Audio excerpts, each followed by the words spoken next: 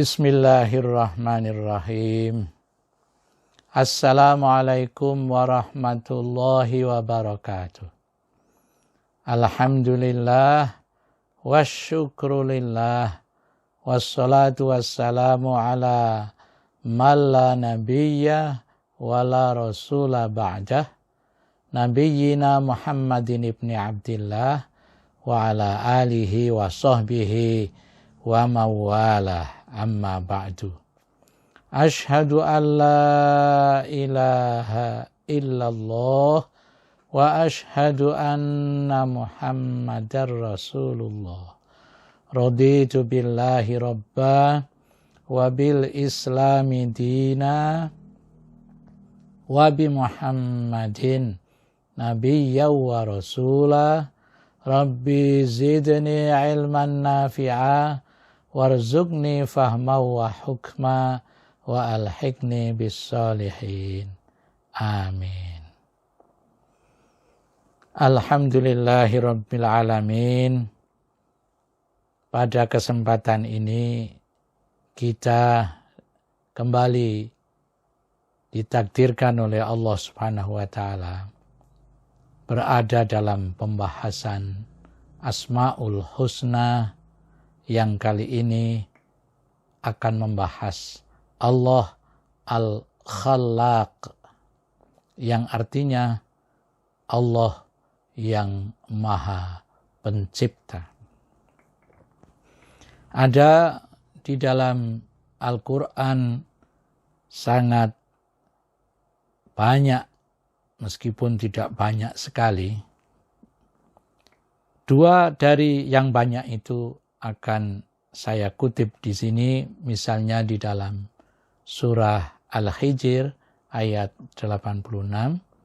Bunyinya, A'udzubillahi minasyaitonirrajim.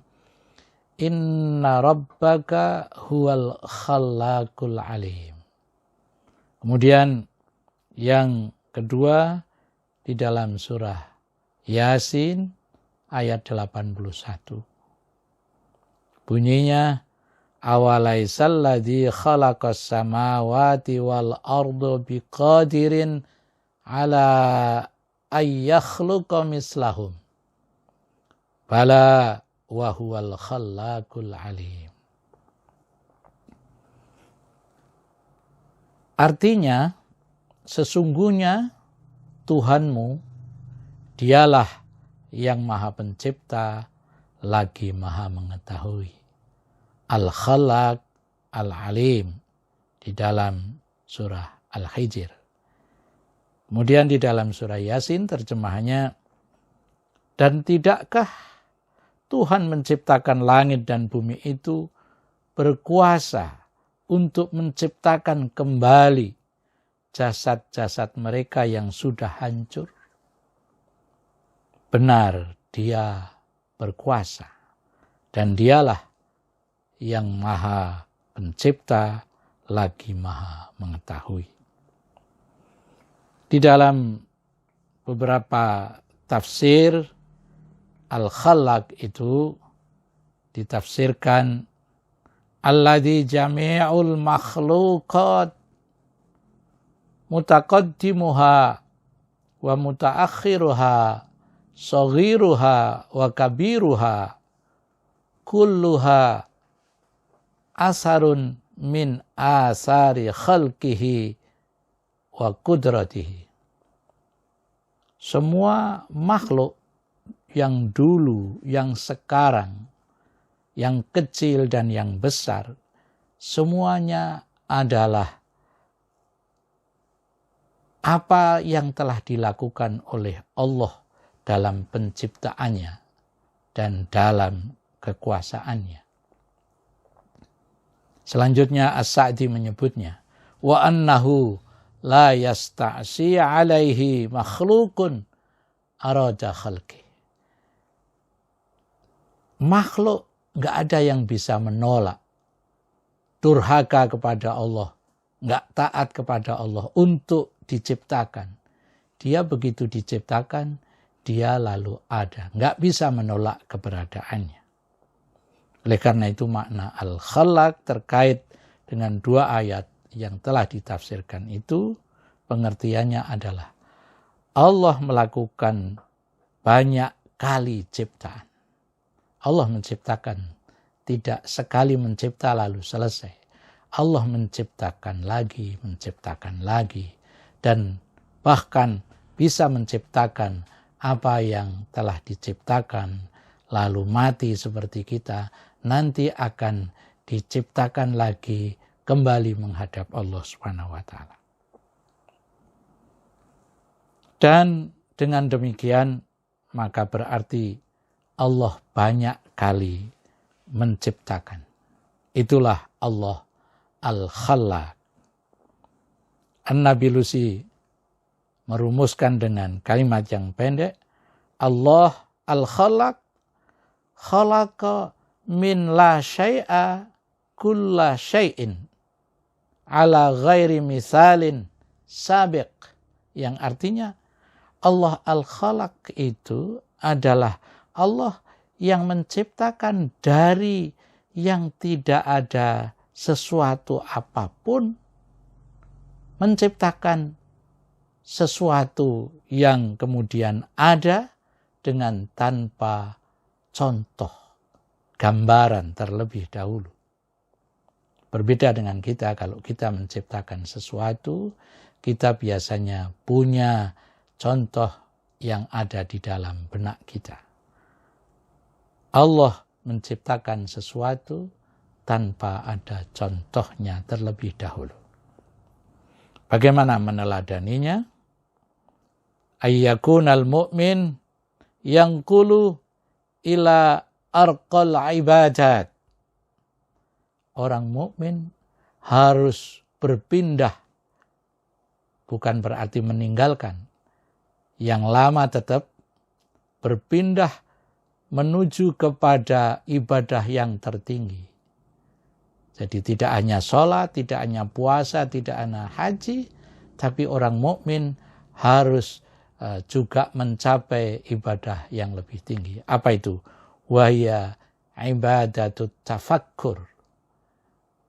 Orang mukmin harus beribadah yang bentuknya at-tafakkur, mau berfikir. Dan dengan berfikir itu dalam beberapa literatur menyebutnya, maka manusia akan memiliki apa yang disebut dengan quwwatul idrak. Dia akan mempunyai kekuatan untuk menemukan segala sesuatu. Itu karena manusia mau berfikir. Wa ja'alallahu azza wa jalla at-tafakkuru bi ayatihi al-kauniyah. Tafakkur itu kemudian Allah menjadikannya supaya dipergunakan untuk berfikir tentang ayat-ayat kauniyah, apa yang telah Allah ciptakan, wa takwiniyah, dan juga ayat-ayat penciptaan. Bagaimana Allah menciptakan kita manusia misalnya. Dari segumpal darah, kemudian menjadi mudghah, kemudian wa kasawnal idhama lahma, begitu. Lalu lahir kita seperti sekarang ini. Itu takwiniyah. Wal Qur'aniyah, dan juga tafakkur tentang Al-Quran. Untuk apa at-tafakkur tentang tiga objek itu? Al-Kauniyah, At-Takwiniyah, dan Al-Qur'aniyah itu adalah tiga-tiganya merupakan sabilan ila ma'rifatih. Dengan bertafakkur mengenai tiga objek itu, maka akan menjadi jalan bagi hamba Allah untuk mengenal Allah. Mengenal Allah dengan kata lain hanya bisa dengan tafakkur. Terakhir ada idzah yang saya kutipkan. Mengenal Allah dengan namanya Al-Khallaq, yang maha menciptakan segala hal, berarti mengenal Allah sebagai satu-satunya pencipta. Oleh karena itu berlaku syirik kepada Allah, yang berarti punya keyakinan ada pencipta lain selain Allah, maka berarti bertentangan dengan Allah Al-Khallaq yang dikenalnya. Kemudian mempercayai Allah tidak beribadah kepadanya, mempercayai Allah masih mencari sesembahan yang lain, mempercayai Allah masih lebih takut kepada yang lain, adalah perbuatan dan sikap inkonsistensi, tidak istiqomah. Kalau yang istiqomah, mempercayai Allah, ya hanya menyembah Allah. Mengenal Allah sebagai Tuhan satu-satunya, ya ikhlas beribadah hanya untuk Allah. Ada surah Al-A'raf ayat 12. Ketika iblis itu ditanya, "Ma mana'aka alla tasjuda id amartuka?" Apa yang menghalangi kamu untuk bersujud?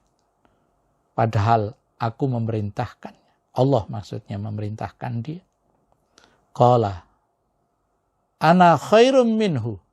Aku lebih baik dari dia. Maksudnya manusia. Khalaqtani min nar. Aku diciptakan dari api. Wa khalaqtahu min tin. Dan dia diciptakan dari lumpur, dari tanah. Ini menunjukkan bahwa iblis sebenarnya percaya kepada Allah. Tapi iblis tidak mau sujud kepada Allah, juga kepada Adam. Iblis mengetahui ia adalah makhluk seperti manusia. Iblis mengetahui dan mempercayai ada yang menciptakannya, Allah. Tapi iblis durhaka kepada penciptanya. Itulah gambaran orang ketika ditanya, dia mengenal Allah, tapi dalam sehari-hari dia tidak beribadah kepada Allah. Tidak berkelebihan saya kira bahwa dia itu sama dengan iblis. Wallahu a'lam bishawab. Wassalamualaikum warahmatullahi wabarakatuh.